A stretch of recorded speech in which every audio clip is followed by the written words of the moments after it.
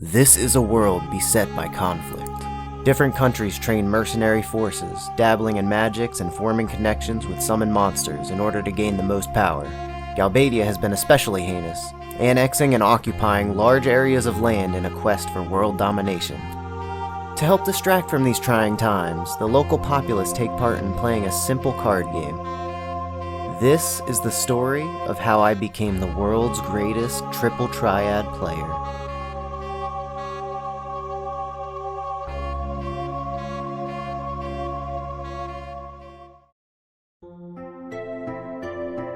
I began my journey with one goal in mind, to let the world know the possibilities of this simple game.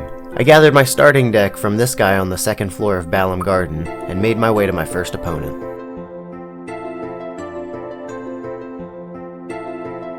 I'll take a minute to go over all of the rules of this challenge here. First things first, we're only allowed to select cards from the starting deck to challenge other players, some of the weakest in the whole set. Take a good look at these guys, they'll be with us along the whole ride. Second, I have forbidden using the sudden death rule to better my hand mid-match when up against a rare card. All other rules and trading rules are fair game. Now, I'll explain the game itself. If you already fancy yourself a triple triad aficionado, then please skip to this timestamp. Triple triad is a card game wherein both participants select 5 cards to challenge the other with. Each card has 4 numbered stat values that are oriented in a pretty self-explanatory way, each correlating to a certain direction. A game field composed of a 3-card by 3-card grid is used to play the game. A D4-shaped stone is used to dictate who has first move. Like a coin, this has about a 50-50 split of probability. Once a player has placed a card on the field, the other player's turn begins. In Triple Triad's purest form, with no extra rules, the only way to gain an advantage over your opponent is to place a card with a higher number stat in an adjacent space to an opponent-controlled card, which will flip that card, thus making it yours. At the end of the match, the player controlling the most cards wins. Depending on the trade rule, certain steps happen after a game. There are 4 total trade rules. 1, which is the simplest and also self-explanatory. Diff, which is short for difference, allows the winning player to take an amount of cards equal to the difference between how many cards each player controlled at the end of the match. For example, if you want a match 7-3, you take 4 cards from the opponent. There's the all trade rule, which is also self-explanatory. The winner takes all of the loser's cards from the match. And the last rule is the most unique one, direct. Direct gives each player all the cards that they controlled at the end of the match, so even if you lost the game, if you flipped one of your opponent's cards, then you got that card. Along with trade rules, there are also special rules that each region can adopt or abolish with enough coercion. The first special rule is open. This rule allows both players' hands to be visible to each other during the match. This rule is very nice to have in play for the player, but doesn't seem to affect the AI that much. Next is the same rule. If 2 or more sides of a played card have matching numbers, and at least one of the match cards is under control of the opponent, a combo is started. There's also a variant of same called same wall that makes the game field's edges count as a value of A for the same rule's purposes. The plus rule is very similar to same. When a card is played, its edges are checked for neighboring cards. Any neighboring cards have their edge values facing the card added to the opposing number on the played card. If 2 or more sides add up to the same value, a combo is started. Same and plus both initiate combos. Where a card is placed triggering one of the rules, any cards it flips will also flip any neighboring cards with weaker stats. After that is the sudden death rule. This rule forces another hand to be played in the event of a draw, where both players use the cards they were in control of at the time of the draw. There's also the elemental rule, which randomly assigns elements to some of the game field's spaces, emboldening any cards that share that element by 1 if played on that space, or diminishing cards that do not share the elemental attribute by 1. And the last rule to discuss is random. This rule makes it so you have no choice as to which cards you are dealt at the beginning of a match. This rule will not make an appearance in this video for obvious reasons. With the explanation out of the way, let's begin the challenge. We progressed the story a little bit and went to fight Ifrit, who yielded his card to us after the encounter.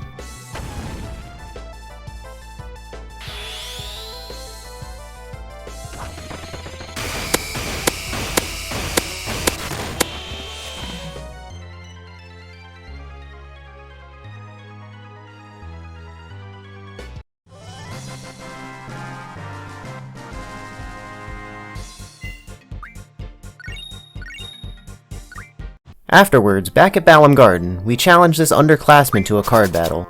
He's carrying the Minimog card, and we played him 26 times before we got this match. I'll go ahead and put up stats for each rare card while challenging the player from here on in.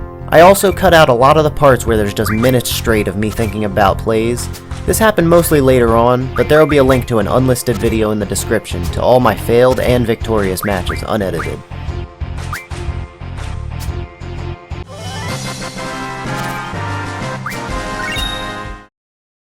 After we picked up Minimog, I decided it would be wise to go and get the same and plus rules from the Queen of Cards.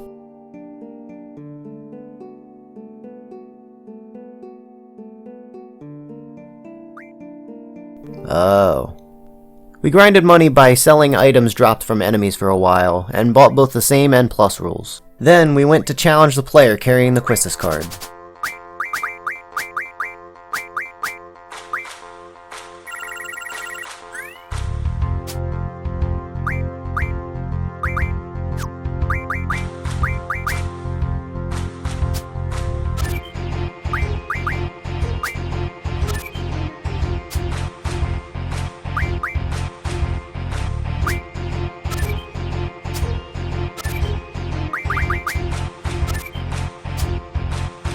Somehow, we got it without either one of the rules triggering. But we were gonna need the rules sooner or later anyway, so I'll take it. Next, we have to progress through some more story before we have access to another card. We get sent out to Dalit for our seat exam. It could have gone better, but we got out in one piece, no thanks to Cypher. Upon our return, we headed over to Zell's house and challenged his mom, who's holding his card. We got it without too much trouble, but it did take a little bit of time.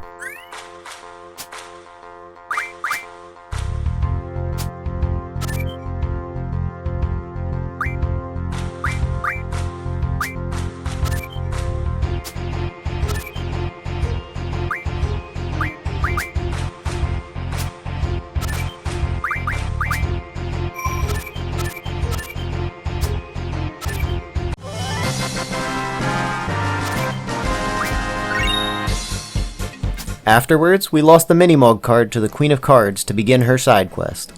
I did use a couple other cards during the battles for this side quest, but the whole point of them is to lose one of my cards anyway, so I didn't really count it. After all of that, the three of us headed back to Balam Garden for the graduation ceremony.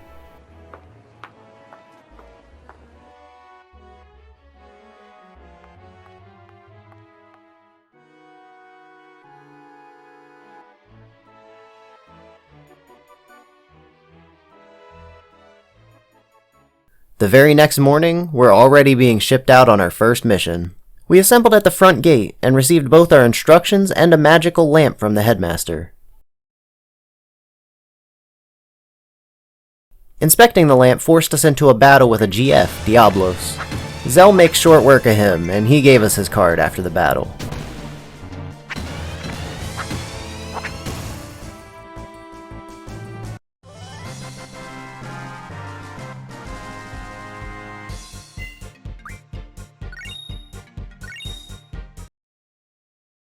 Next up, we procrastinated a bit and played cards with Headmaster Sid until we could get his Cypher card.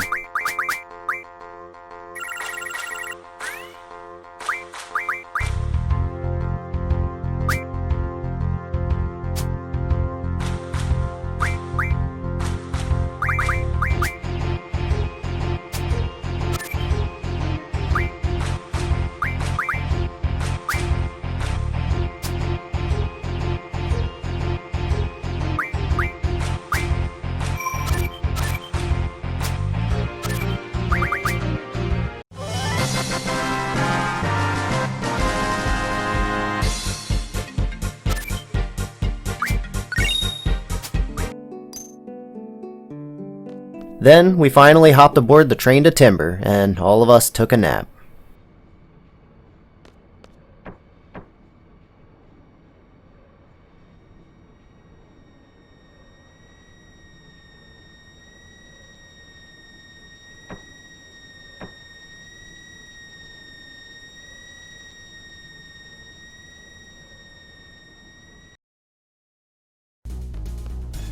We found ourselves on a side quest as the 3 Galbadian Musketeers. Objective? To go get drunk and have a good time.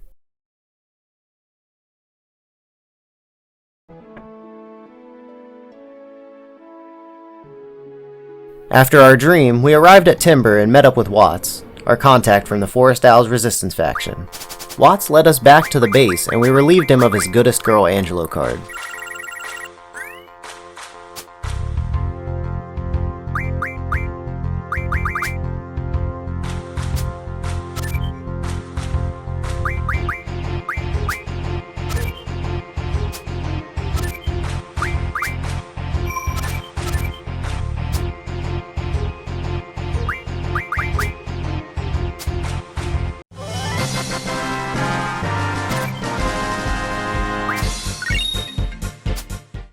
We somehow pulled off the actual coolest heist in history and stole an entire train car from underneath Galbadia's noses.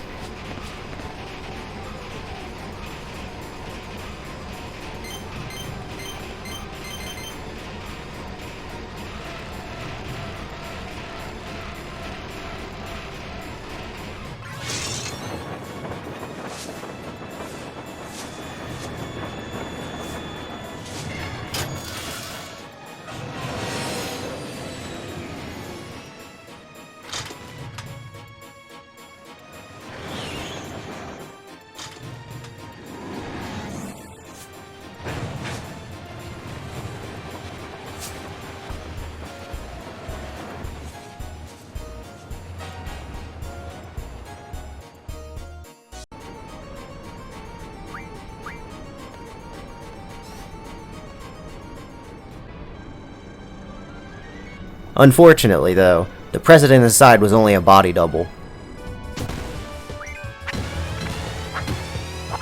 After our serious negotiations fell through, we found out that the real president's going to be giving a speech in the Timber TV station, and rushed on over.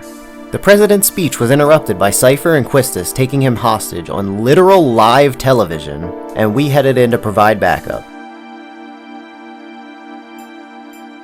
But before we know it, Zell's told everyone where we're from.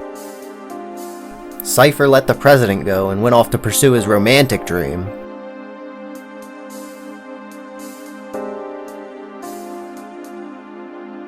And the Forest Owl's base has been destroyed. We laid low for the time being and took the last train out of Timber to East Academy Station, heading for the nearest garden, Galbadia Garden.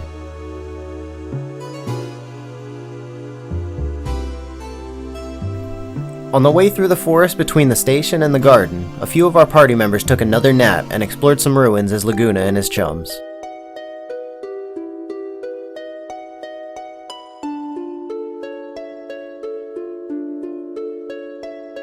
The 3 got jumped by S-Star soldiers and barely made it out alive.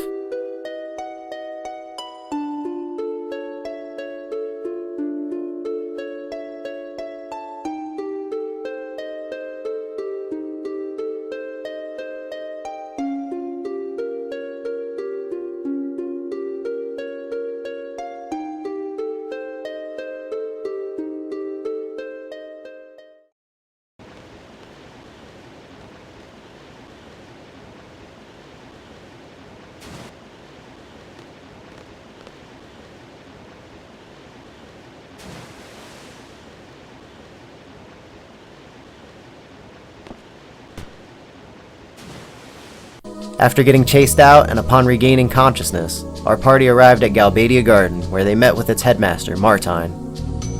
Martine informed us that we've been assigned a mission to assassinate the sorceress that Cypher is simping for. He also assigned a sharpshooter to our party, Irvine.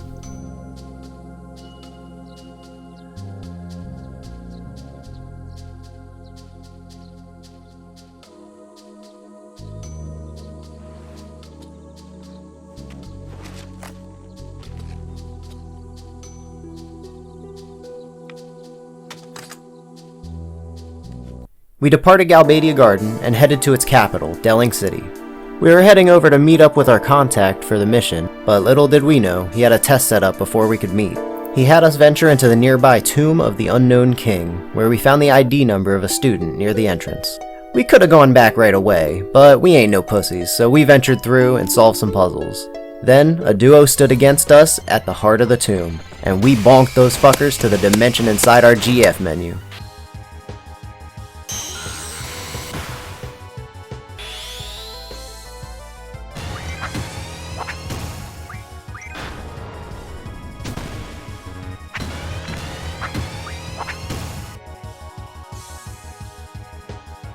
We received the Sacred card from the battle, and the Minotaur card was given to us by the Unknown King's spirit, along with some philosophy.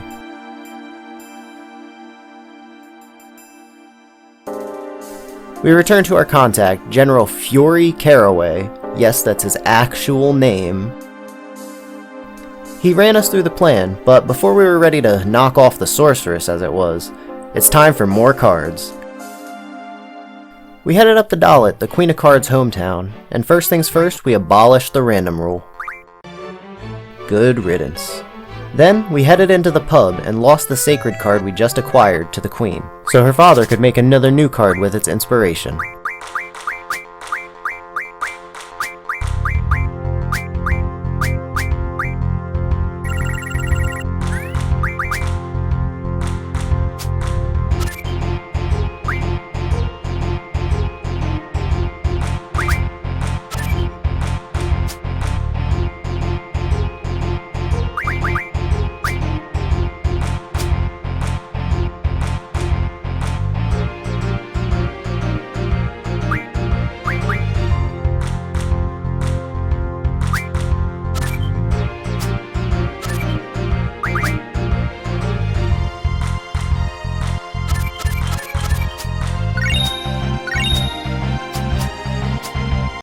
The Queen let us know that she gave all the rare cards she lifted from us to her son, and that her father made the Kyros card an inspiration from Minimog, as well as the Irvine card based off of the Sacred card.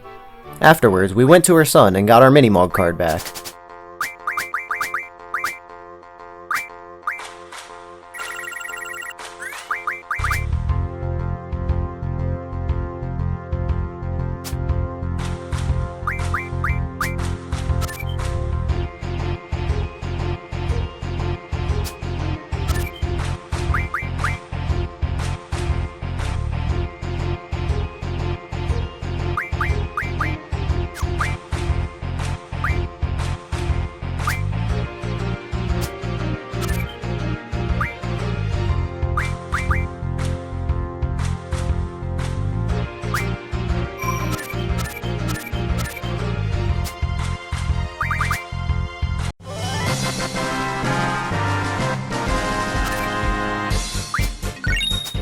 And then also our Sacred card.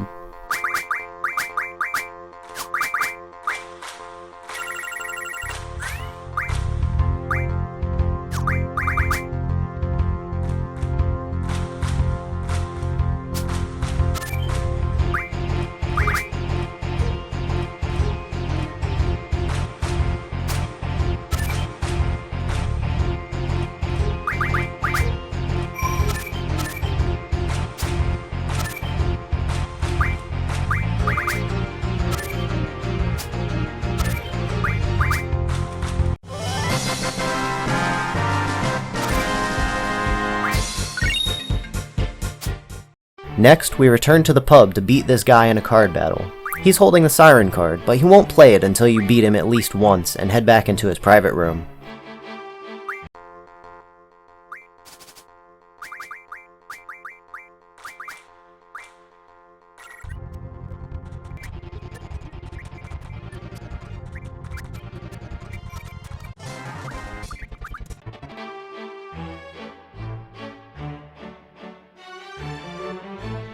Something I never realized until this playthrough somehow, is that this guy is the same guy that blocked the back door to the pub in Timber.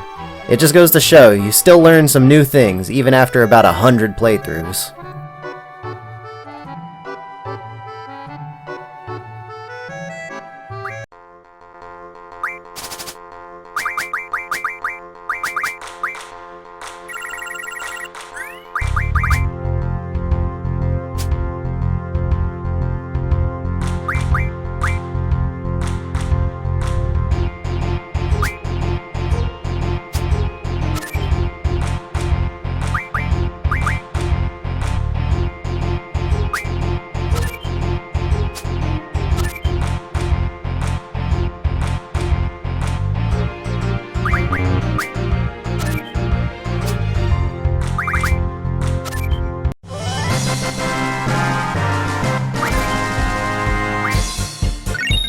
Afterwards, we received some cards from him as tribute, and also as hush money so we don't ruin his reputation by telling people that we beat him.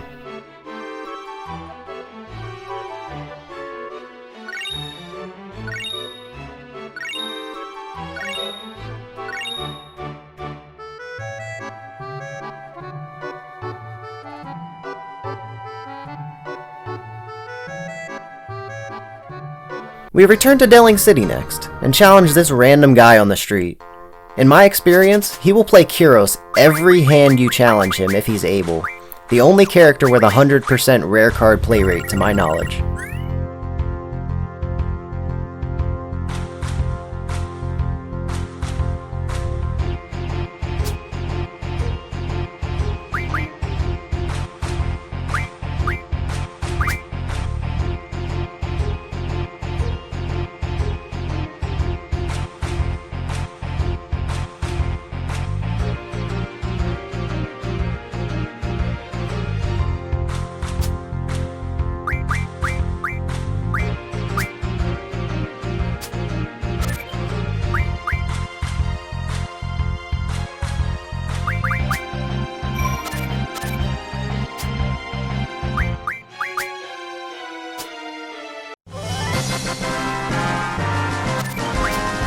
Then, after the Kyros card's acquired, we move forward with the plan to start blasting on the sorceress.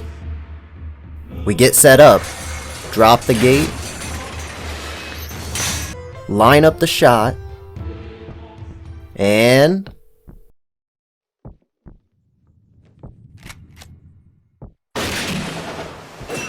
fucking protect magic. We jumped down and led the charge head on, settling the score with Cypher.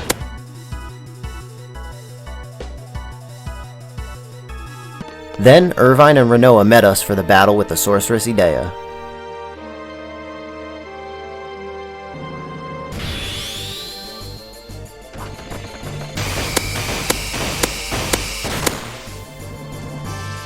We put up an admirable effort, but in the end, she broke our ranks.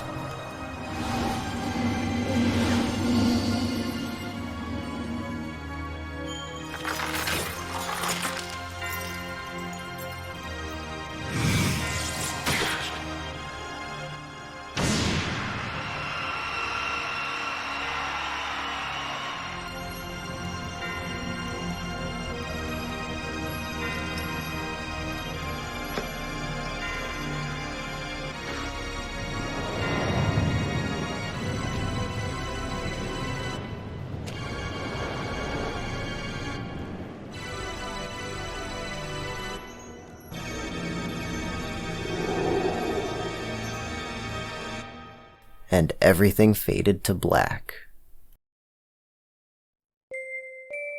We found ourselves in yet another nap time section. Laguna met back up with Kyros, who told him that Ward was doing fine and working in a prison mopping floors.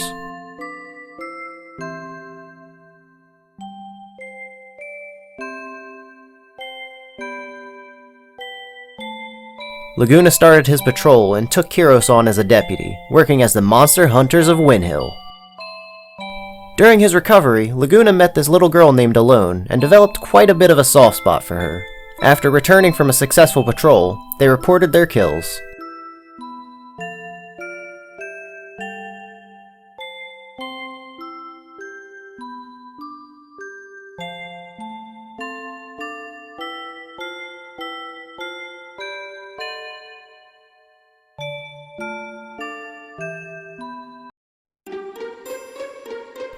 Next, Zell, Quistis, Selphie, and Renoa found themselves in a prison cell.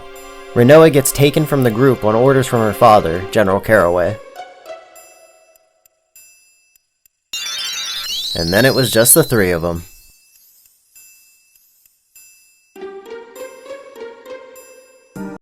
Squall also found himself alive, but he quickly started to wish that he wasn't. The prison guards took everyone's weapons away, as you might expect. But Zell was today years old when he remembered that his damage numbers only need him to punch things to appear.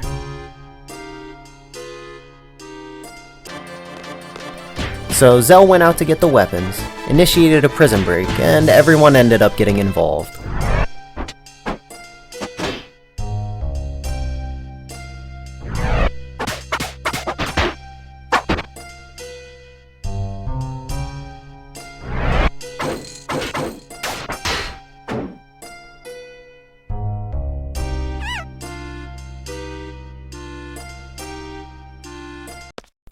Even Irvine and Renoa came back in dramatic fashion.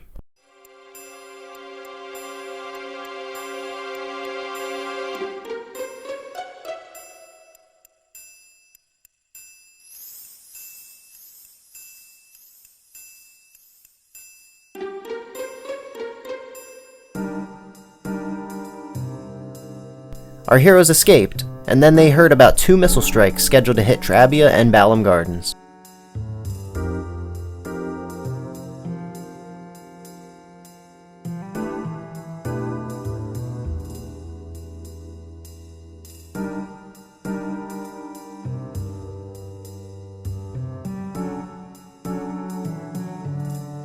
Half of the party followed Selphie to sabotage the missile base, while the rest went with Squall to Balam Garden so they could warn them about the missiles approaching. But before carrying on with saving lives, it's time to play some more cards. Selphie headed back to General Caraway, and we lost our Ifrit card to him as tribute.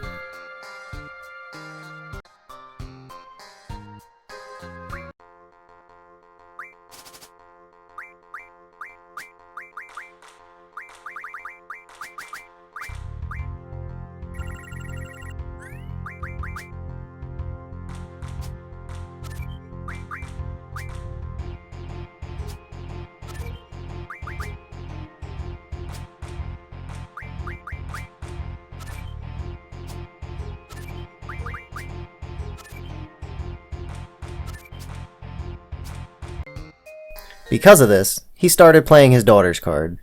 And by that, I mean he gave us his daughter's card.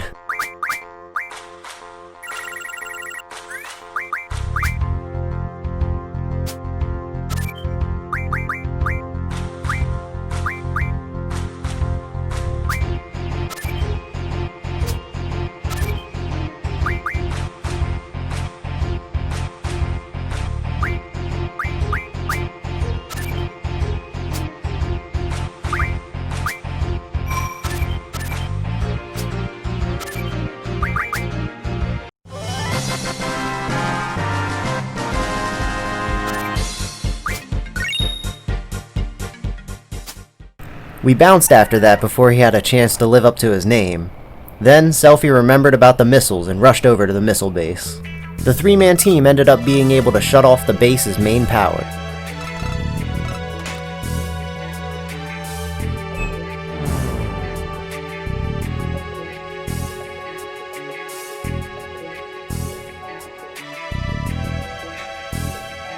And they also adjusted the missile spread to give Balam as much chance as possible to survive.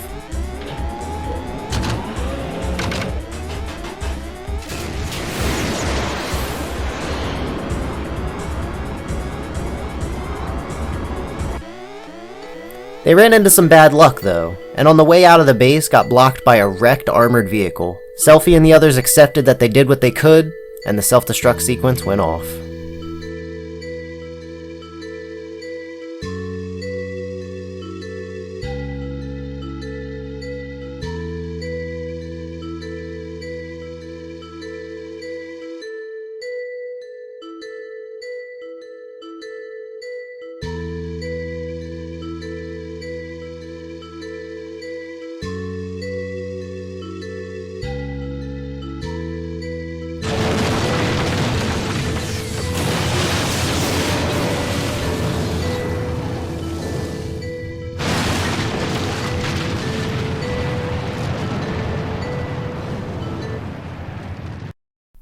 Back to Squall's team, they returned to an apparent civil war in Balam Garden.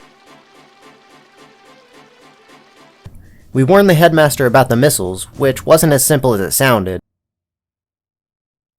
Then he gave us the basement key so we could go fuck with the plot device, which turned out to apparently be the garden's gear shift lever.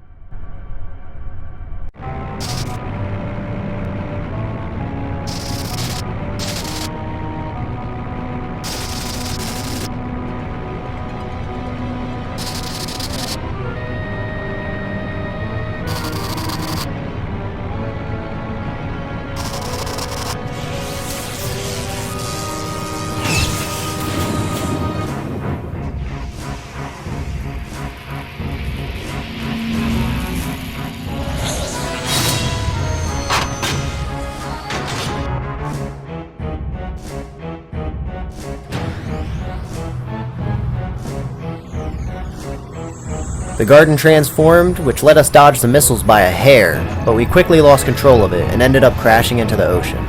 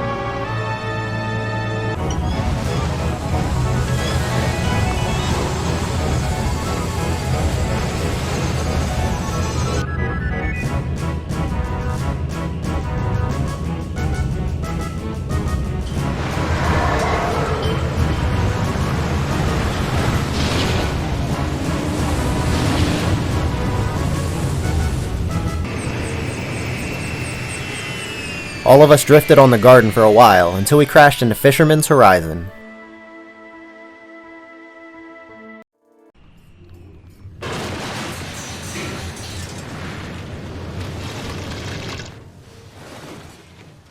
Sid sent us to the mayor's house to smooth things over, and we go ahead and take this opportunity to lift the Quasitacotl card from him.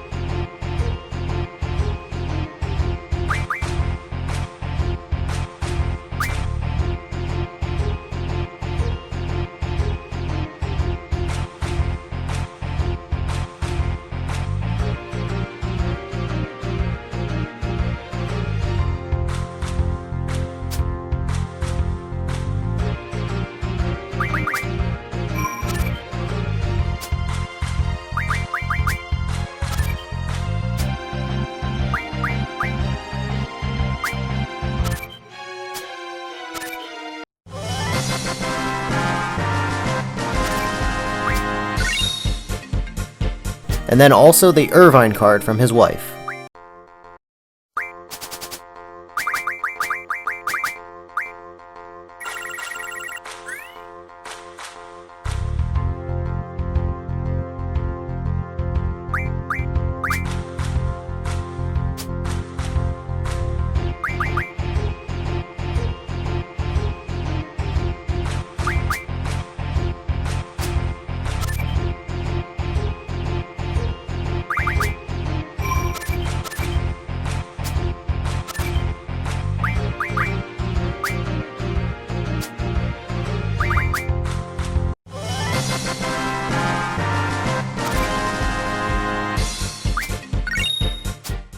Then after, we headed outside and won our Ifrit card back from Martine.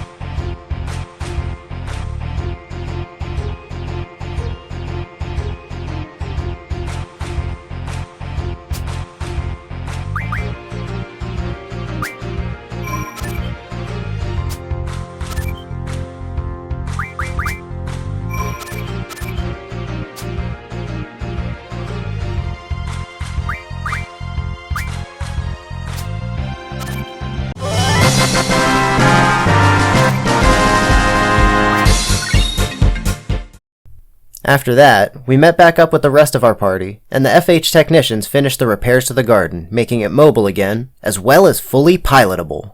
But before we decided to take it anywhere, it's time for more cards! We talked to some people who called themselves the CC group. We went ahead and challenged them in order, trampling over each one. There are 7 members in total: Jack, Club, Diamond, Spade, Joker, Queen Heart, and Cardmaster King.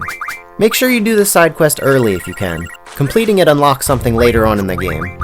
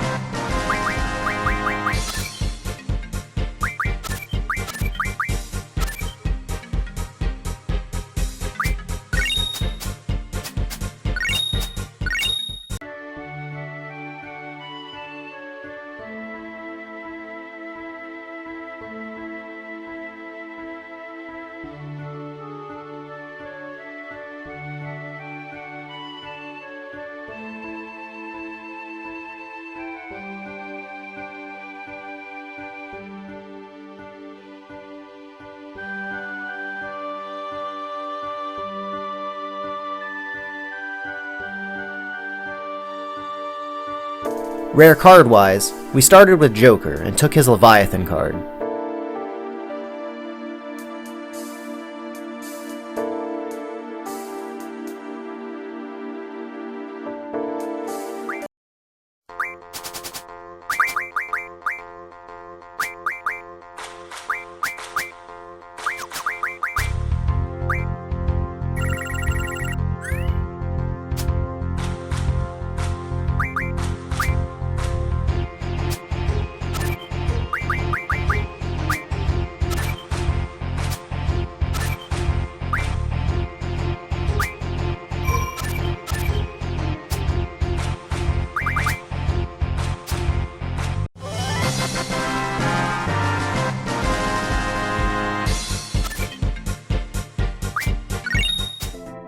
Then we challenged Heart, and took her Carbuncle card.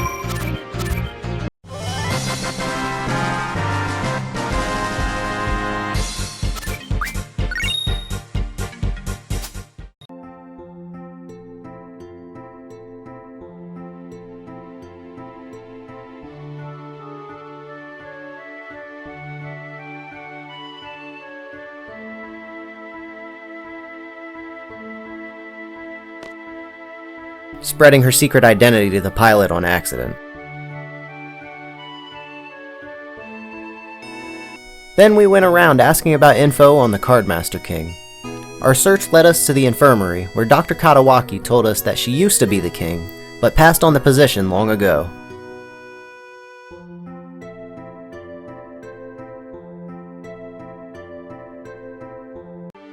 After this conversation, we went to our room for a little R&R, and the king ambushed us while we were half asleep.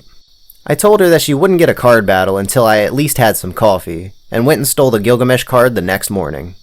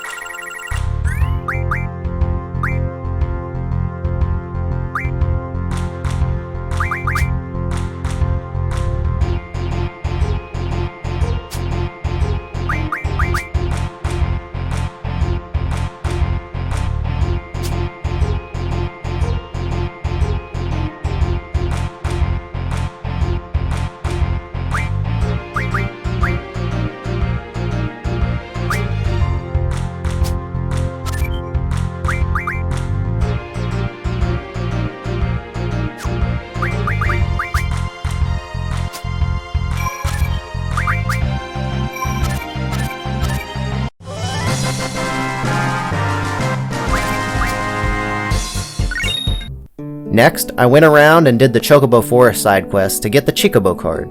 I didn't record any of it though, besides the ending, because it's super boring.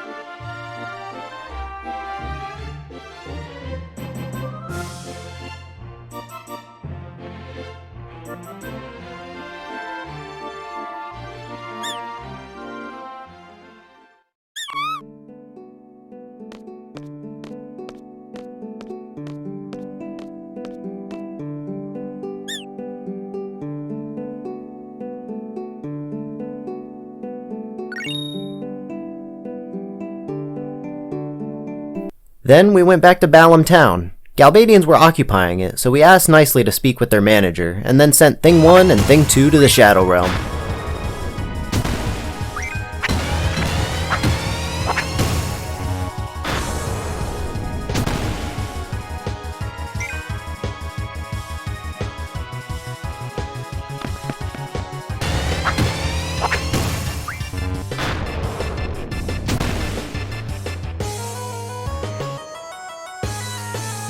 Afterwards, we lost the Chocobo card we just acquired to the Queen.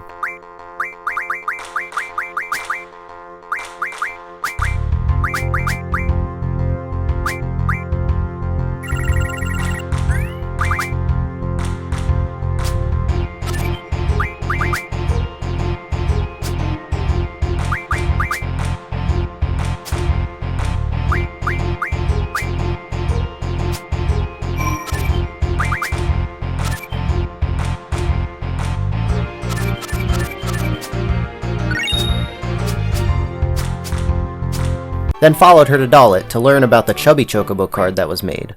While there, we won our Chocobo card back from her son.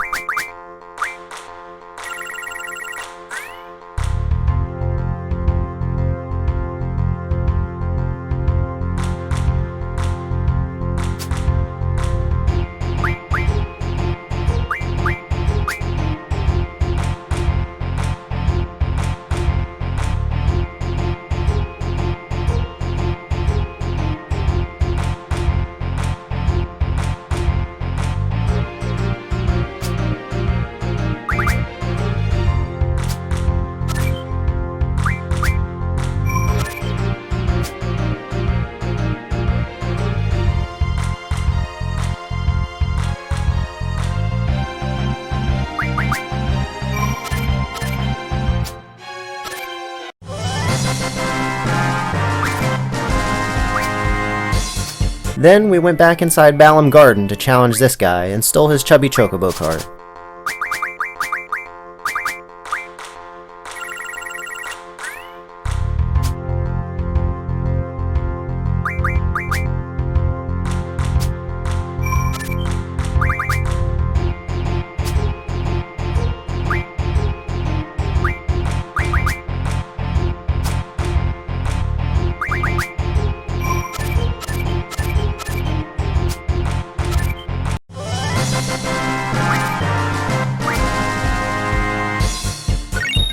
Next, we went to challenge Balam's hotel owner, who carried the Pandemona card.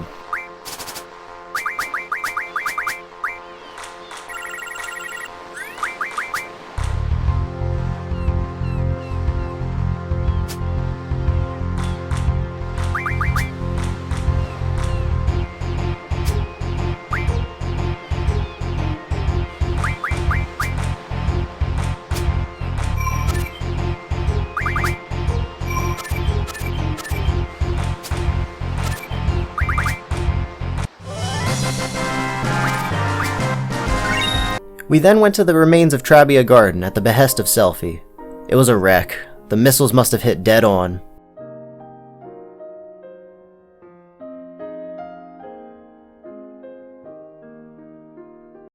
But in light of this tragedy, I challenged Selphie's friend for the Selphie card, and this ended up being the easiest card acquisition out of all of them.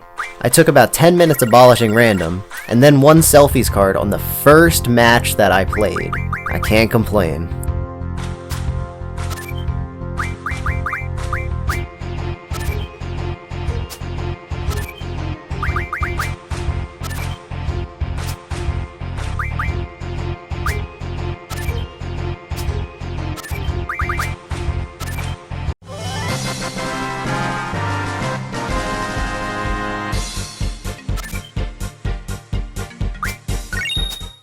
From Trabia, the gang wanted to hit up an old orphanage in Centra, but we went for a quick detour to Centra Ruins instead. We went there to give Odin a smackdown and get his card.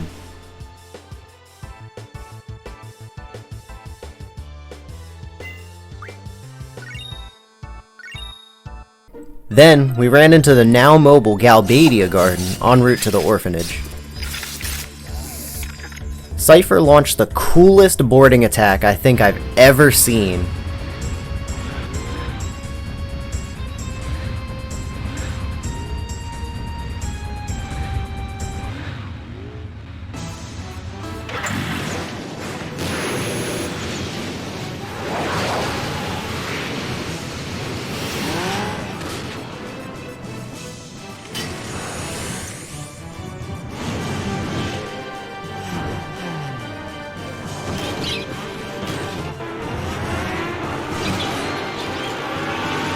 but we prepared accordingly and fought them back. Eventually, the gang hopped aboard Galbadia Garden and fought Cerberus. The cocky GF yielded his card after the battle.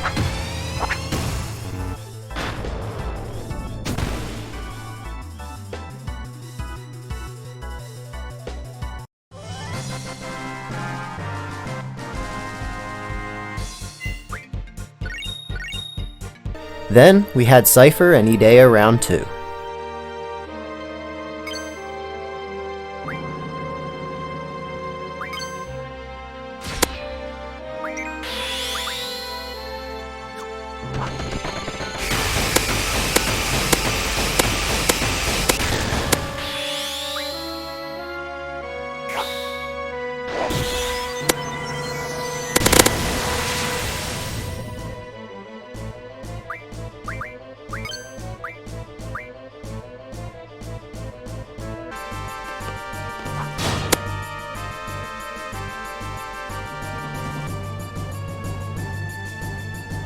After the fight, Rinoa finally got to take her own nap time, and we brought her to chill in Dr. Katawaki's office. We went into the orphanage, and Idea told us all about Sorceress Ultimisia from the future, who's a huge threat trying to compress all of time into a singularity. Squall ended up getting bored and went back to see Rinoa again, when he took another nap. We acted in a movie in our dream, one that happened to be Cypher's favorite as a child.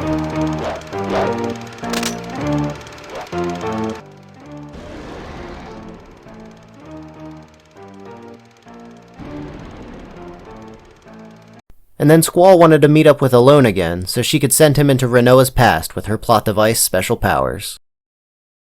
We went back to the orphanage to ask Idea where we could find her, and she told us about her White Seed ship and gave us a letter of introduction.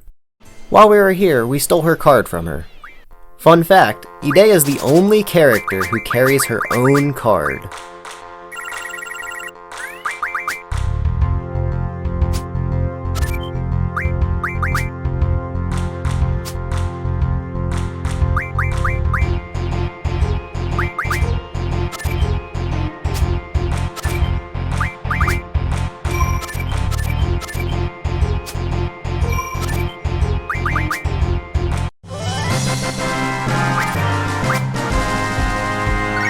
Right after that, we dipped to go check out the cool boat. Upon boarding, we ran into Zone and Watts again, and we gave Zone a dirty magazine we grabbed earlier in Timber for free, so he gives us the Shiva card as thanks.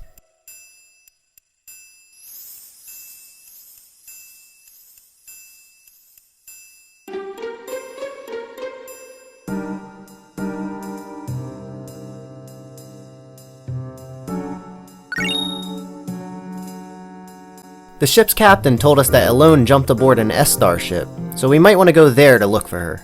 Because the garden couldn't get over the surrounding terrain, we walked the railroad from FH to the Estarian continent. Soon after, we found an access elevator which led us into the city proper.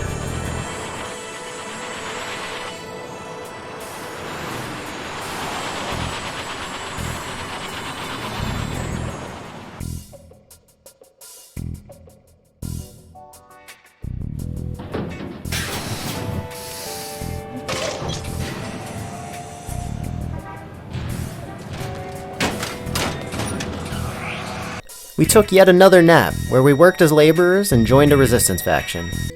Wonder if there's any parallels here.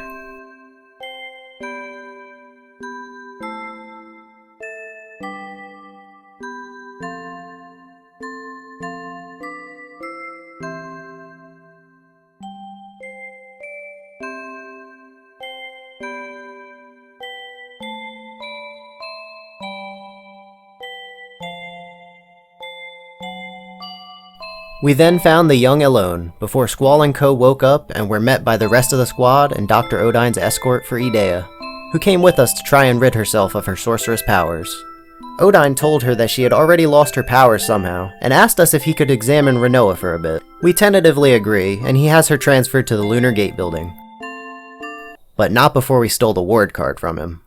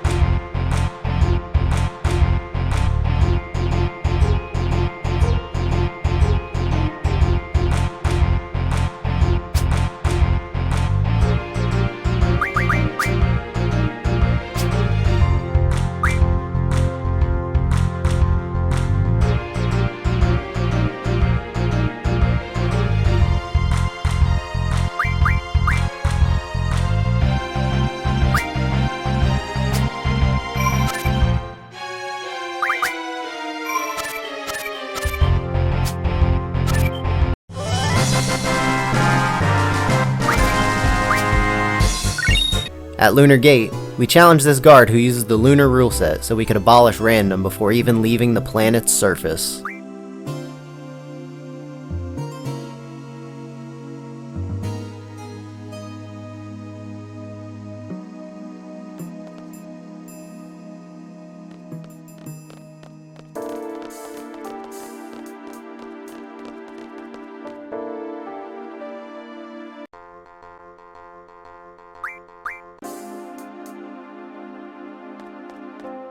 Then we blasted off, arrived at the ISS, and started playing cards. We asked Alone to meet Renoa so she could send us into her past. First though, we grabbed the Laguna card from her.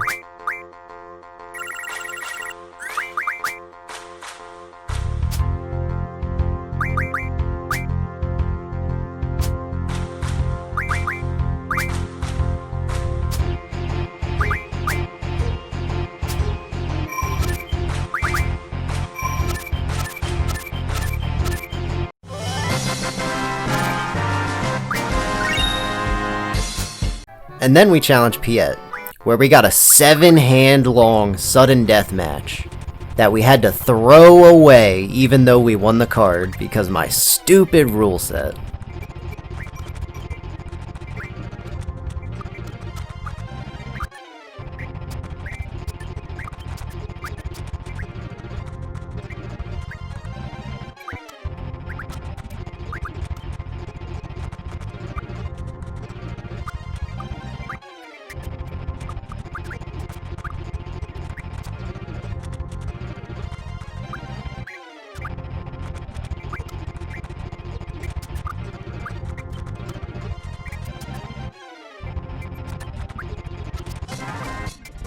Then, after another hour or so of attempts, we got a legit Alexander win.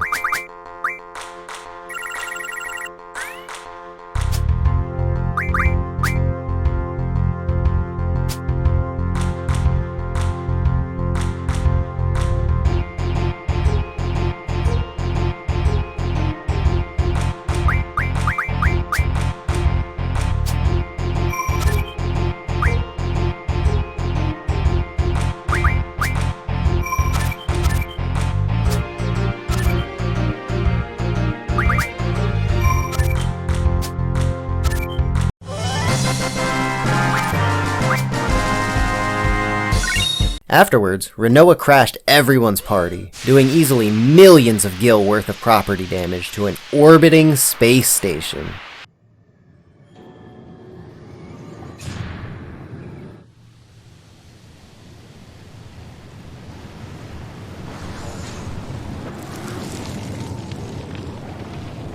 Then we all evacuated, and Alone tried to help us, sending us into several points of Renoa's past.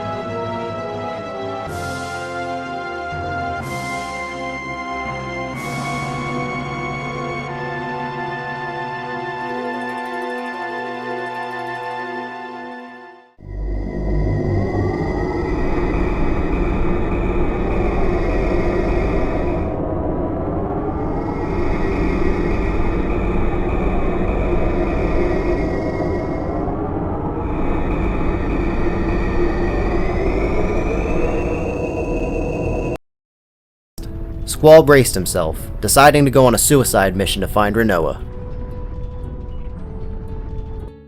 They somehow defied all odds and met up with each other in the vast nothingness of space, getting saved at the last minute by Ragnarok Ex Machina.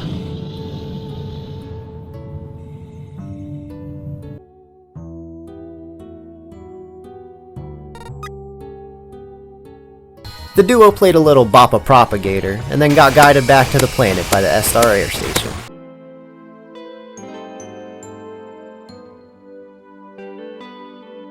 The 5-0 arrested Rinoa upon landing for the property damage, and we did nothing to stop them.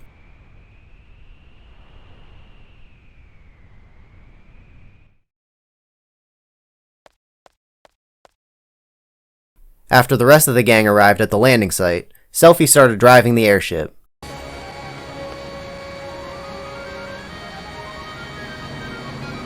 We headed over to the land formerly known as the artist formerly known as Balam Garden, where we met a cute little alien dude who we spoiled rotten with elixirs.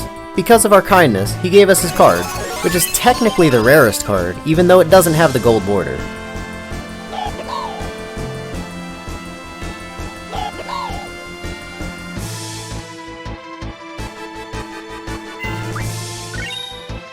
Next, we lost our recently acquired Alexander card to the Queen of Cards.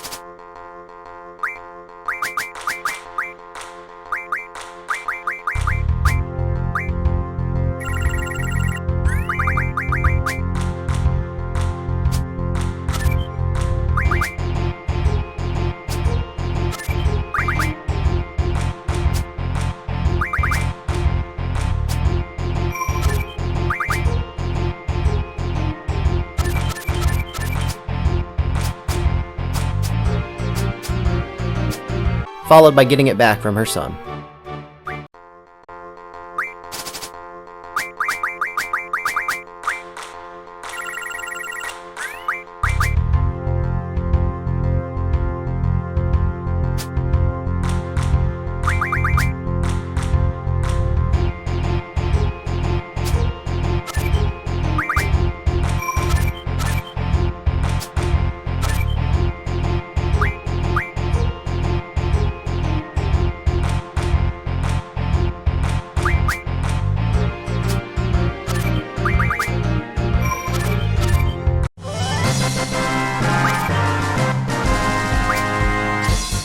The Queen's artist's father made the Doom Train card based on Alexander, so we went to the pub in Timber next, where the owner very rarely plays this card. It's only about 5% in my experience.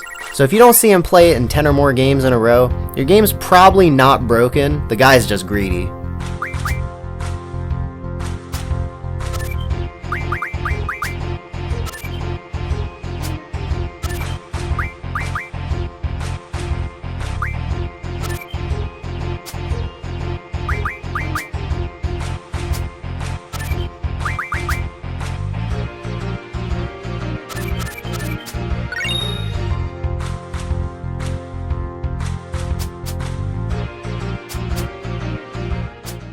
We then rushed to lose the Doom Train card to the Queen, the final card we're required to lose for the side quest.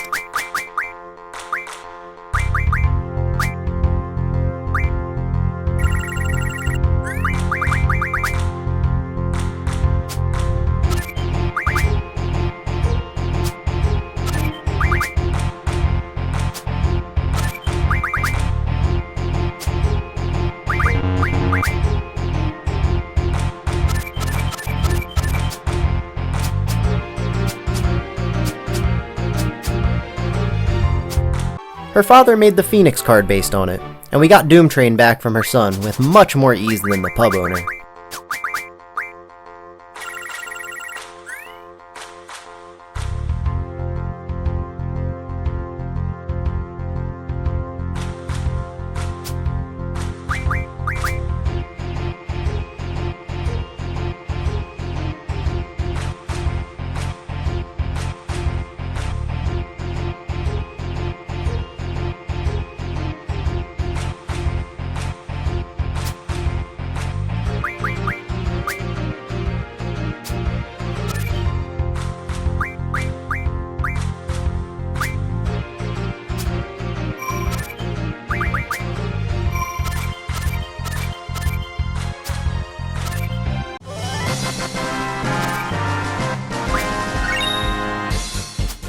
we headed back to Esthar for the Phoenix card that can be won from this presidential aide.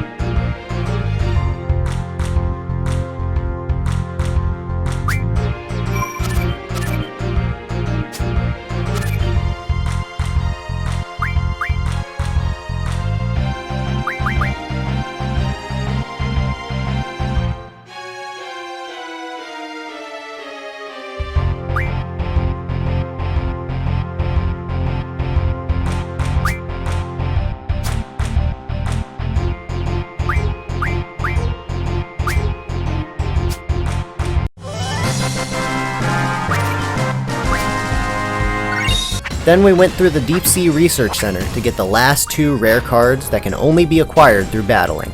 First, we whooped Bahamut, the supposed legendary GF for his card.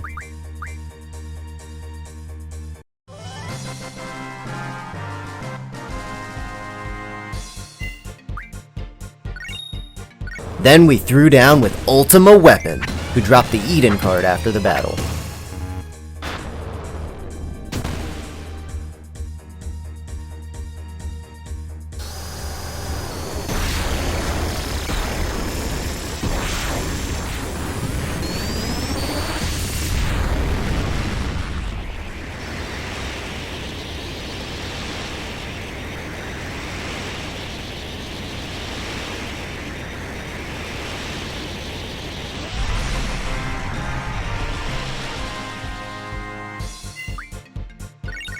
After this, we remembered that Rinoa exists, and went to save her from being frozen in carbonite for her crimes.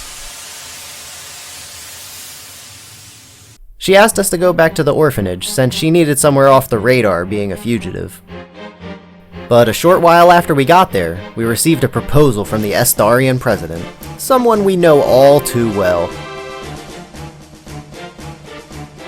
Laguna cut through all the political shit and put a full pardon on the table for Rinoa, and a paycheck for the Seeds, if they agreed to help him take out the sorceress from the future, Ultimecia.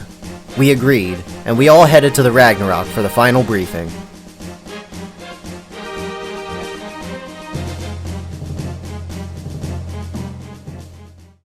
While we were there, we took Laguna's Squall card from him, acquiring the final rare card.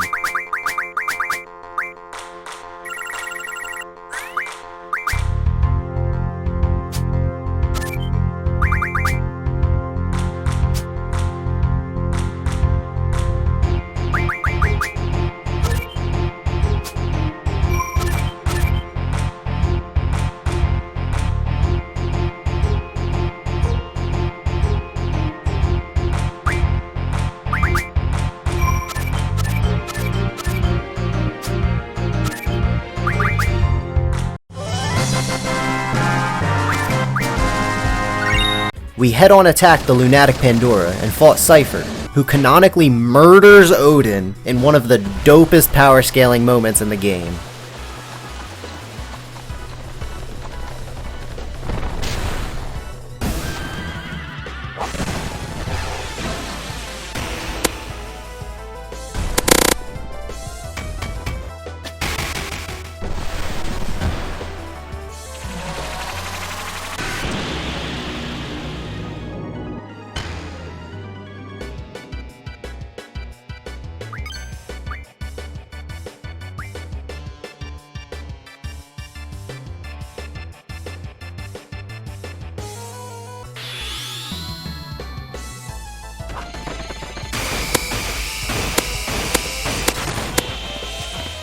After we beat him down a bit, Gilgamesh arrived to deliver the final blow.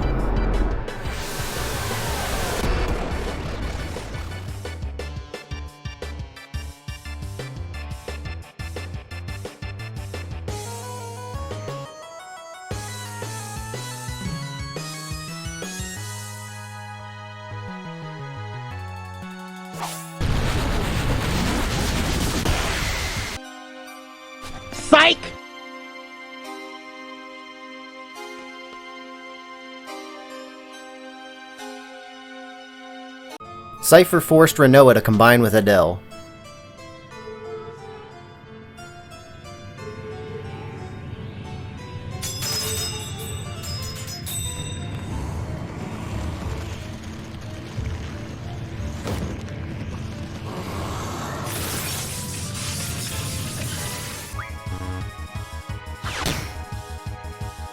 And then we defeated Adele, making Rinoa the only sorceress left in the present day.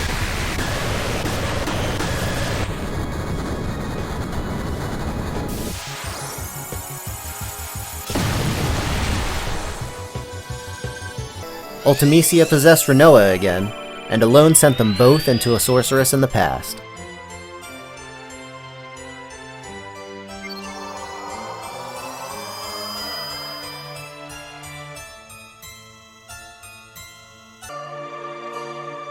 At this point, we should take a moment to survey our collection while things take effect. We may not have gotten every card, but we got all the rare ones.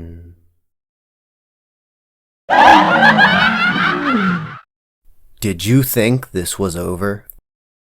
That we had finished with playing cards?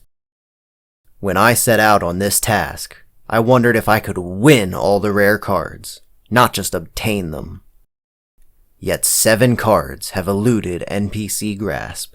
Diablos, Minotaur, Odin, Cerberus, Shiva, Bahamut, and Eden. I didn't accept Laguna's mission out of the good of my heart, nor was it for Rinoa or even the money. There's a single reason I allowed Ultimecia to compress time. We fought our way through the compression, and we arrived at the other side, in the future.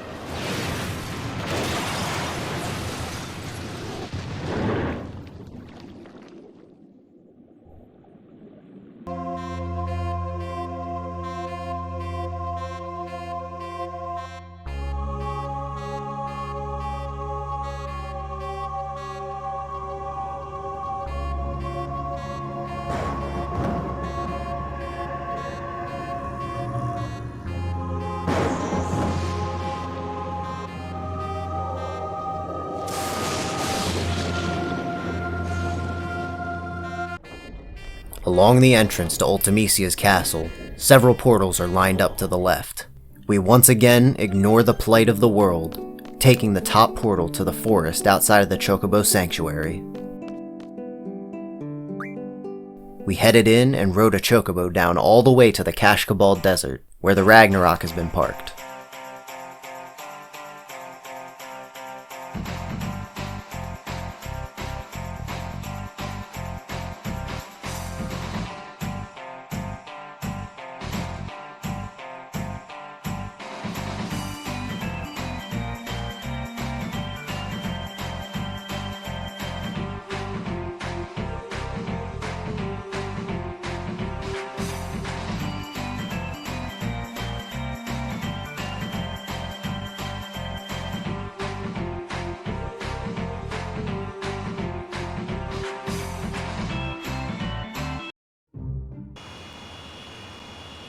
When we went inside, the CC group was waiting for us, ready to play cards.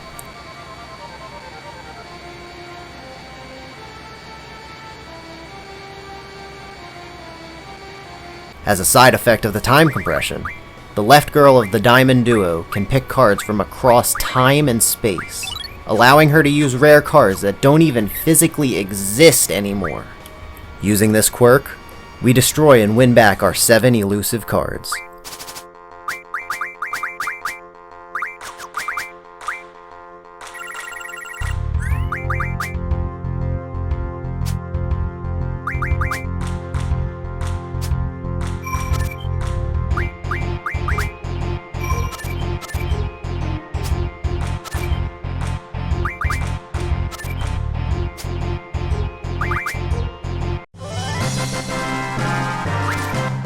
We win Diablos.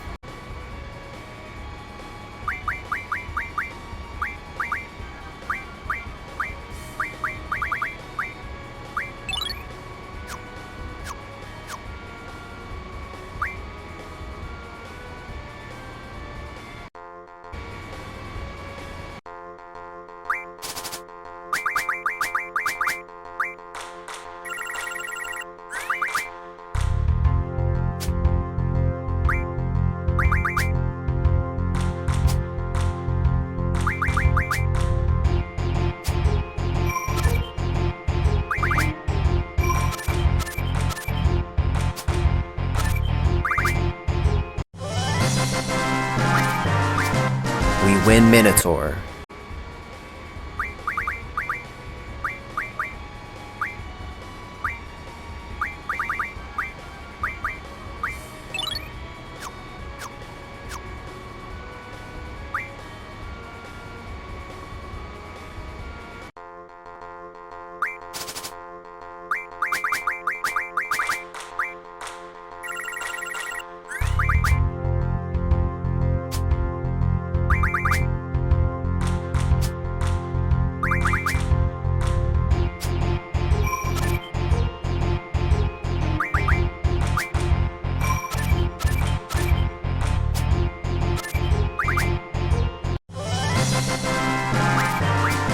We win Odin.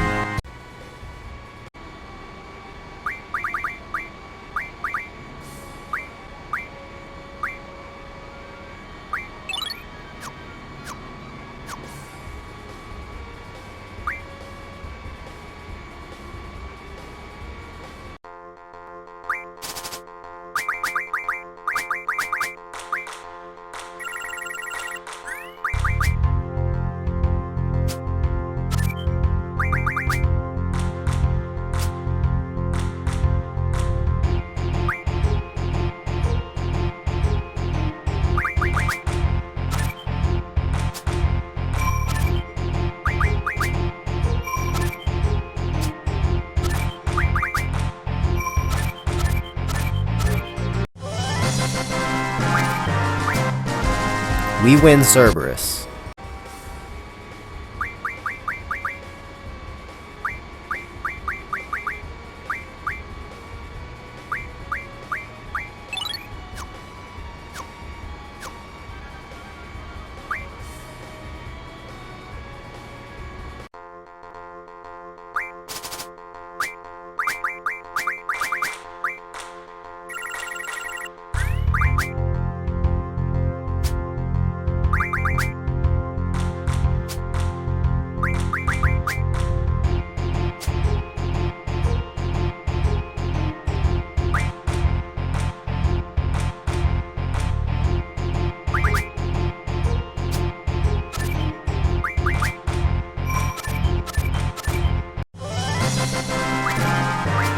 We win Shiva.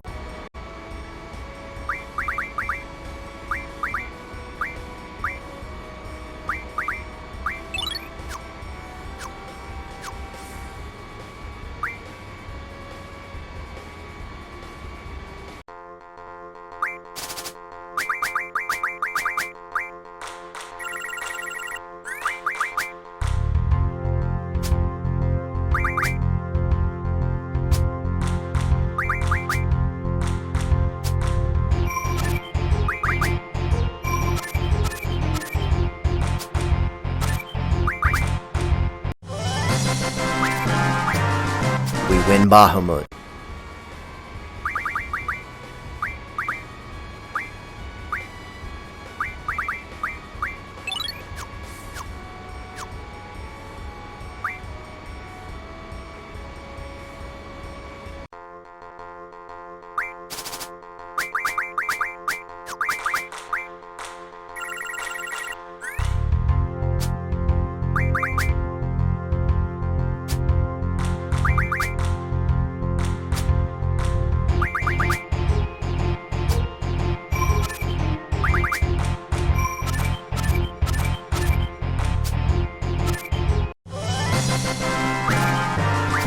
We win Eden.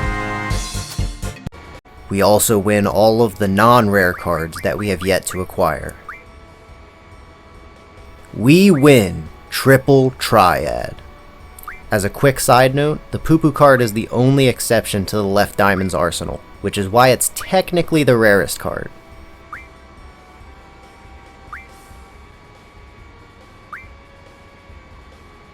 With a full collection, and our gold star on the menu, we pressed forward through all the feeble enemies that the sorceress could throw at us.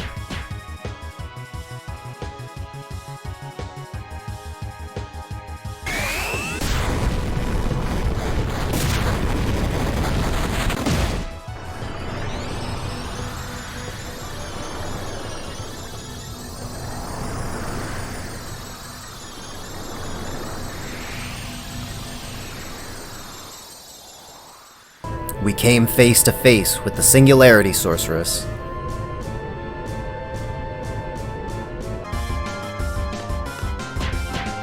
And slew her.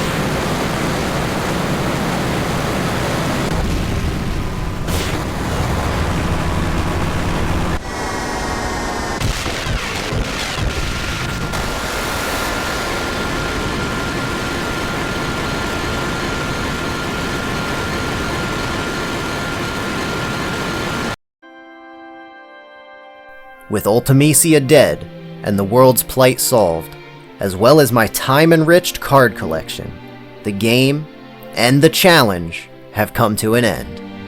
Thank you all so much for watching, and especially if you made it to the end of this massive video. I had a blast doing this playthrough. Final Fantasy VIII is my all-time favorite game, and I'm so glad to finally be able to make a video that matches my passion for this game. That being said, this challenge was exhausting at times. Only try this if you love Triple Triad a lot, and truly believe you have what it takes to become a savant. By the end, our total card acquisition rate was a measly 2.8%. A surprisingly low statistic. But with all that said, I hope you guys enjoyed this video. Take care, and have a great day.